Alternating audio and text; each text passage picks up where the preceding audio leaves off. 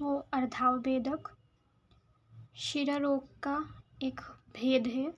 अर्धावभेदक में यस्य उत्तमंगम अर्धम अतीव जंतो संभेदतोद भ्रमशूलजुष्टम पक्षाद दशाहाद अथवा अपि अकस्मात् तस्य अर्धभेदम त्रितायाद व्यवस्येत। ये जो श्लोक का रेफरेंस है ये सुश्रुत उत्तर तंत्र का 25वें अध्याय का 15वां नंबर का श्लोक है। तो इसमें अर्धावभेदक के बारे में बताया है और अर्धावभेदक जो है उसका कोरिलेशन माइग्रेन से हम कर सकते हैं। तो इस श्लोक का जो अर्थ है वो क्या है कि उत्तमांग शिर के आधे भाग में अत्यधिक भेद यानी कि तोड़ने फोड़ने जैसी पीड़ा का होना, तोद सूची वेधवत पीड़ा यानी कि सुई के चुभने के समान पीड़ा, भ्रम और शूल, ये लक्षण अर्धावभेदक में देखने को मिलते हैं। यह लक्षण अकस्मात पक्ष यानी कि 15 दिन में है ना, यहाँ पर हमने श्लोक में देखा पक्षाद यानी कि 15 दिन में, या फिर 10 यानी कि 10 दिन के बाद हो जाते हैं। और इन सब लक्षणों के साथ ही उस व्याधि को हम अर्धावभेदक कहते हैं। अर्धावभेदक में दोष प्रधानता देखें तो अर्धावभेदक जो होता है त्रिदोषज होता है, यानी कि इसमें वात, पित्त और कफ तीनों दोष का इन्वॉल्वमेंट होता है। अब हम दूसरे श्लोक की बात करें तो ये अष्टांग हृदय के अकॉर्डिंग, आचार्य वाग्भट्ट के अकॉर्डिंग है। और इसमें क्या बताया है कि अर्धेतु मूर्धन यानी कि आधे ही सिर में दर्द, उसी को क्या बोल रहे हैं, सो अर्धावभेदक। अर्धेतु मूर्धन सो अर्धावभेदक वही बोला है जो आचार्य सुश्रुत ने हमने ऊपर वाले श्लोक में देखा वो। लेकिन यहाँ पर क्या हो रहा है, पक्षात कुप्यति मासाद्व स्वयमेव च शाम्यति। यहाँ पर क्या बोला गया है कि पक्ष यानी कि 15 दिन में या फिर एक मास के अंदर, मतलब 15 दिन में भी हो सकता है, ये 15 दिन के बाद इसका रीअकरेंस हो सकता है, या फिर एक मास के बाद इसका रीअकरेंस हो सकता है।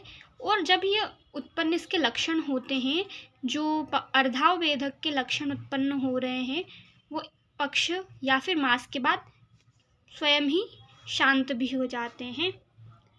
अतिवृद्धस्तु नयनम श्रवणम वा विनाशयेत, यानी कि यहाँ पर क्या होगा, जब इसके लक्षण बढ़ेंगे तो वो आइज और ईयर दोनों को अफेक्ट करेंगे और वहाँ पर भी व्याधि को उत्पन्न करेंगे। हम एक बार देखते हैं कि सिर के आधे भाग में पीड़ा हो उसे अर्धावभेदक कहते हैं। यह पीड़ा 15 दिनों के बाद या माह के बाद, 1 महीने के बाद उत्पन्न होती है और स्वयं ही शांत हो जाती है। यदि वह अत्यंत बढ़ जाए तो नेत्र और कर्ण को नष्ट कर देती है, यानी कि वहाँ पर भी ये अपना प्रभाव दिखाती है। अब अर्धावभेदक की चिकित्सा को देखें तो अर्धावभेदक जो है, जो माइग्रेन से हमने रिलेट किया है, उसकी चिकित्सा जो है वो सूर्यावर्त के समान है। अब सूर्यावर्त व अर्धावभेदक में क्या करते हैं, तो इसमें शीर्ष मूल व फलों को पीसकर सूर्यावर्त के समान चिकित्सा करना है। और सूर्यावर्त व अर्धावभेदक में क्या बताया गया है कि शीर्ष मूल और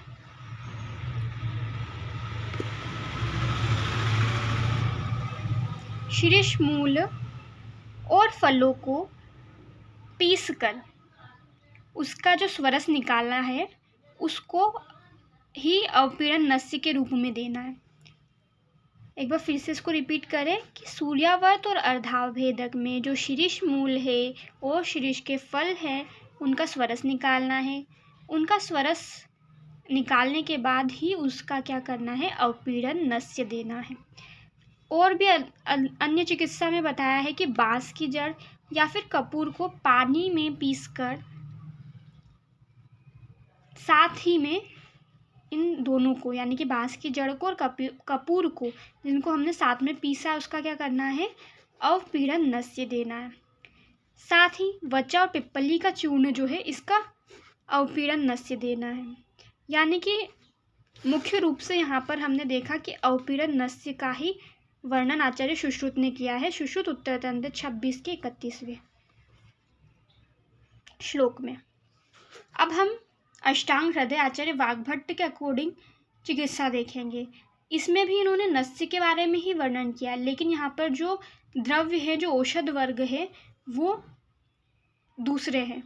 यहाँ पर आचार्य वाग्भट्ट ने शीरीष बीज, अपामार्ग की जड़ और विड लवण का नस्य देने को बोला है। ये हमने पहला योग देख लिया। दूसरा योग जो है उसमें भी नस्य का बोला है, लेकिन विड लवण के साथ शालपर्णी का नस्य देने को बोला है। फिर जो तीसरा योग है उसमें चक्रमर्द के बीजों को खट्टी कांजी में पीसकर लेप करना है। क्या करना है कि चक्रमर्द के जो बीज हैं उनको खट्टी कांजी में पीस लेना है और फिर उसका लेप करना है। अब जो आचार्य चरक है, उन्होंने चरक सिद्धि स्थान में बताया है कि चतुस्नेह का पान करना। यहाँ पर चतुस्नेह क्या क्या है, घृत, तेल, वसा, मज्जा, उनका पान। या फिर अधाभेदक में क्या बोला है कि पुराण घृत का पान करना। इसके अलावा निरू बस्ती या फिर अनुमासन बस्ती का प्रयोग करना। फिर उपनाह का भी प्रयोग अर्धाभेदक में लाभकारी होता है।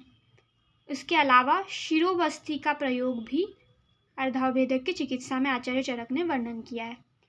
इसके अलावा जो छठा चिकित्सा कर्म है, अग्नि कर्म का वर्णन भी आचार्य चरक ने चरक सिद्धि स्थान में किया है। फिर प्रतिश्याय और शिरोरोगों का भी वर्णन आचार्य चरक ने किया है और ये अर्धाभेदक की चिकित्सा है। जो मॉडर्न के साथ कोरिलेट किया है माइग्रेन से, तो हम माइग्रेन को भी अर्धाभेदक के साथ ही समझते हैं कि migraine is a throbbing periodic headache. कैसा है, थ्रोबिंग।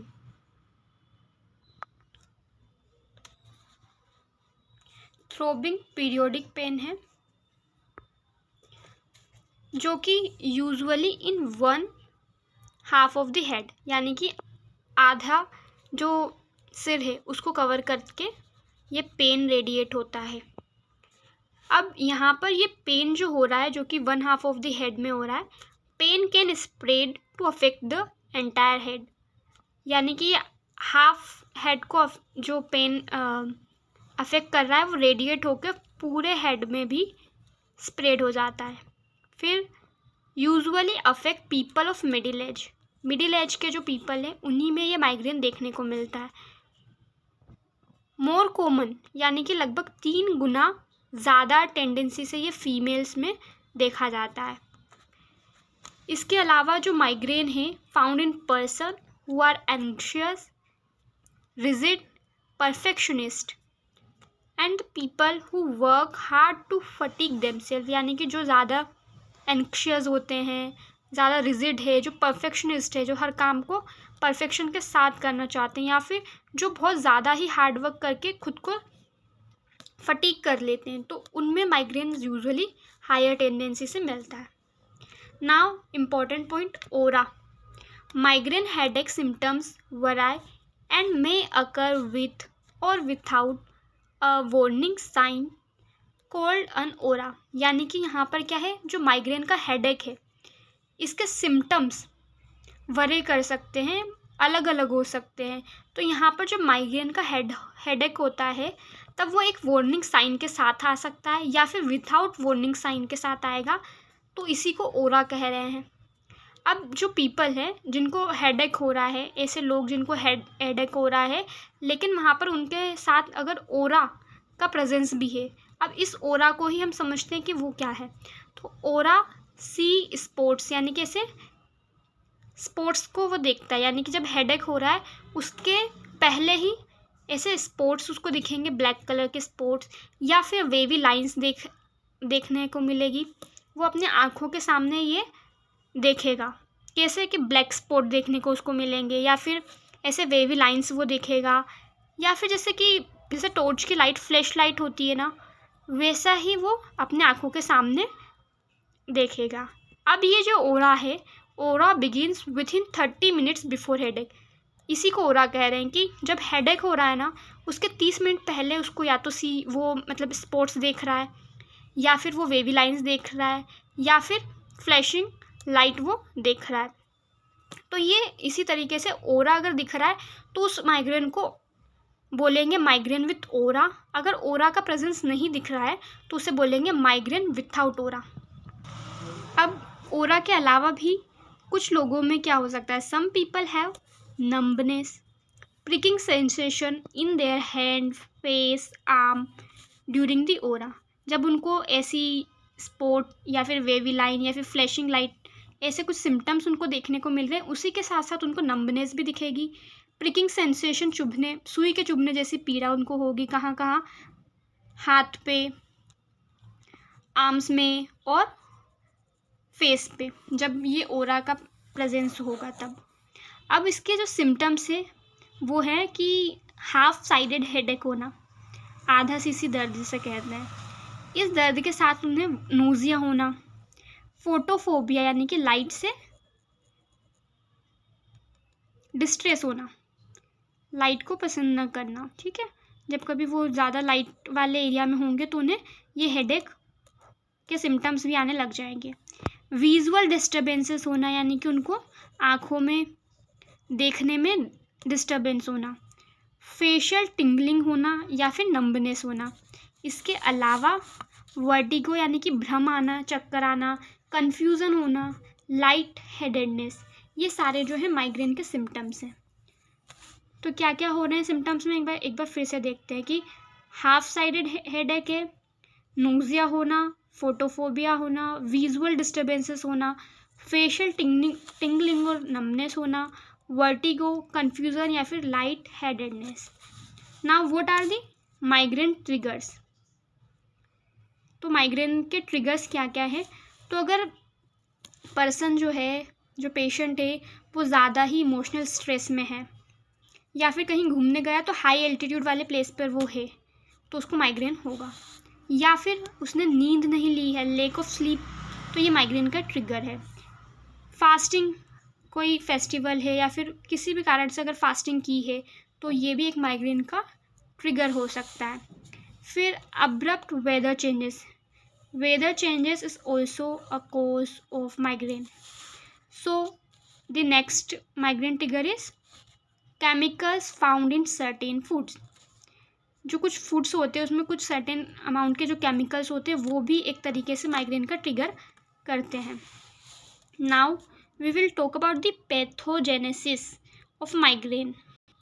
सो पैथोजेनेसिस क्या होगी जो कि माइग्रेन को कर रही है, तो hyper sensitivity to sensory stimuli में be due to dysfunctioning of monoaminergic sensory control system which is located in the brainstem and thalamus।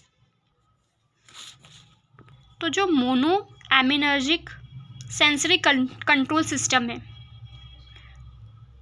जो कि ब्रेन स्टेम और थैलेमस में लोकेटेड होता है, वहाँ पर उसकी डिसफंक्शनिंग हो जाना, किसका, मोनोएमिनर्जिक सेंसरी कंट्रोल सिस्टम का डिसफंक्शनिंग हो जाना, जो कि ब्रेन स्टेम और थैलेमस में लोकेटेड है।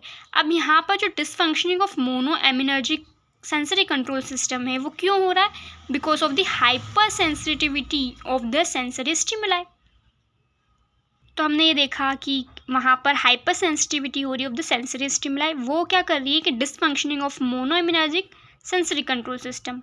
अब इसके कारण क्या हो रहा है, जो ट्राइजेमिनल नर्व फाइबर्स है जो कि सप्लाई कर रहे हैं आर्टरीज और वेन्स को, जो कि ड्यूरा मैटर में है, उनका क्या होगा, वो हाइपर एक्टिवेटेड हो जाएंगी और इसी के कारण जो है माइग्रेन का ट्रिगर होगा। Thus hyperactivated blood vessels produce pain by pressure, क्योंकि वहाँ पर हाइपर सेंसिटिविटी के कारण जो ब्लड वेसल्स है उनमें प्रेशर के कारण जो है पेन का सेंसेशन होगा। दूसरा जो कोज है, हमने पहला तो देखा कि हाइपर सेंसिटिविटी के कारण भी हो रहा है। अब दूसरा है कि अगर एक्सेस ऑफ सेरोटोनिन और डोपामिन अगर सिक्रेट हो रहा है तो वो भी एक माइग्रेन के अटैक का एक ट्रिगर पॉइंट है।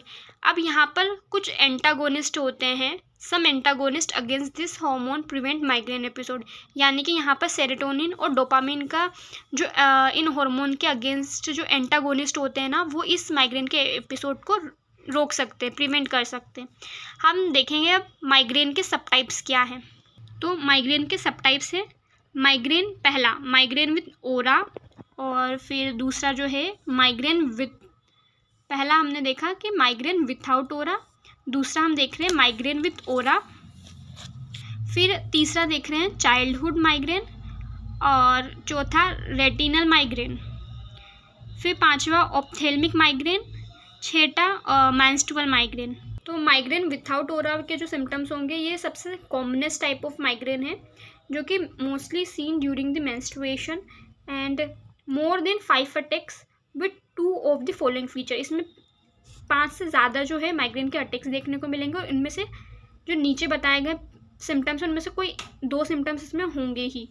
पहला क्या है कि यूनिलेटरल, यानी कि हाफ साइडेड होगा, पल्सेटिंग होगा pain, moderate to severe pain इसमें देखने को मिलेगा, और इसमें क्या होगा कि जो डेली रूटीन के वर्क है उसको करने में भी इनको पेशेंट को प्रॉब्लम होगी, और जब अटैक माइग्रेन के अटैक पेशेंट को आएंगे तब उसके साथ साथ नोज़िया होना, वोमिटिंग होना, फोटोफोबिया होना, ये उसको देखने को मिलेंगे। ट्रीटमेंट क्या होगा माइग्रेन का? तो no specific cure for this, लेकिन यहाँ पर कोई ट्रीटमेंट स्पेसिफिक ऐसा क्योरेटिव ट्रीटमेंट नहीं है, लेकिन जो सिम्टम्स है यानी कि जो माइग्रेन के ट्रिगर पॉइंट्स है, उन्हीं को प्रिवेंट करने के लिए इसमें बताया गया है। और अगर जो भी पेशेंट है जिसको माइग्रेन के अटैक होते हैं, तो उनको ये एडवाइस दी जाती है कि उनको रेस्ट करना है, जहाँ पर एक क्वाइट काम एनवायरनमेंट हो और डार्कन रूम हो, जहाँ पर ज़्यादा लाइट ना हो, क्योंकि वहाँ पर फोटोफोबिया का भी एक पेशेंट को होता है कि वो सहन नहीं कर पाते लाइट को, तो डार्कन रूम में रहने को बोलना है। फिर उनको डिहाइड्रेशन से अवॉइड करने के लिए प्लेंटी ऑफ फ्लूइड्स का इंटेक करने को कहना है। इसके अलावा इसमें ट्रीटमेंट के लिए मेडिकेशंस भी दी गई हैं। एर्गोटामिन टार्ट्रेट, जो कि 0.5 to 1 mg ट्वाइस देना है, लेकिन इसका जो कॉन्ट्रा इंडिकेशन है वो प्रेगनेंसी और लैक्टेटिंग मदर में है। इसके अलावा सेरोटोनिन एगोनिस्ट को भी दे सकते हैं। ये जनरली तभी देते हैं जब जो NSAIDs दी हैं वो भी अपना इफेक्ट नहीं कर रही है। ट्रिप्टेंस, ये एक सेरोटोनिन एगोनिस्ट है। फिर सुमेट्रिप्टेन जो है, ये भी एक अवेलेबल होती है एज फास्ट डिजोल्विंग पिल, नेजल स्प्रे और इंजेक्शन के फॉर्म में। फिर इसमें सबक्यूटेनियस सिमेट्रिप्टेन 6 mg, ये भी मोस्ट इफेक्टिव होती है। टैबलेट स्टेट, इस टैबलेट स्टेट को 50 से 100 mg भी दिया जा सकता है, रिपीटेड आफ्टर 2 आवर। फिर नॉन फार्माकोलॉजिकल ट्रीटमेंट में इसमें जो ऐसा बोला है ना कि जो मील है अगर उसको स्किप कर रहा है, यानी कि अगर पर्सन भूखा है, फास्टिंग कर रहा है, तो उसको जो है माइग्रेन के ट्रिगर्स होते हैं। लेकिन यहाँ पर नॉन फार्माकोलॉजिकल ट्रीटमेंट में यही बताया है कि मील जो है उसको स्किप नहीं करना है, रेगुलर एक्सरसाइज करना है और डाइटरी चेंजेस करना है। Massage is usually done and prevents the headache, migraine attack. Acupuncture भी एडवाइस किया जाता है। इसके अलावा रिलैक्सेशन जो टेक्निक्स है वो भी माइग्रेन में इम्पोर्टेंट है और उसके माइग्रेन के अटैक से रिलीफ करती है, प्रिवेंट करती है। तो हमने आज माइग्रेन यानी कि आयुर्वेद में अर्धावभेदक, जो कि आचार्य सुश्रुत के अकॉर्डिंग, आचार्य वाग्भट्ट के अकॉर्डिंग देखा, और चिकित्सा में हमने आचार्य सुश्रुत के द्वारा जो बताई गई चिकित्सा है वो देखी। आचार्य वाग्भट्ट ने अष्टांग हृदय में जो चिकित्सा सूर्यावर्त के समान अर्धावभेदक की जो चिकित्सा बताई है उसको देखा। उसके बाद आचार्य चरक ने अर्धाभेदक की जो चिकित्सा बताई है वो देखी, और इसका मॉडर्न जो कोरिलेशन है माइग्रेन का वो देखा। माइग्रेन का जो कॉजेटिव कॉजेस है जिसके कारण माइग्रेन हो रहा है, यानी कि उसकी एटियोलॉजी, उसकी पैथोजेनेसिस, उसके सिम्टम्स, उसके टाइप्स और उसके ट्रीटमेंट को देखा।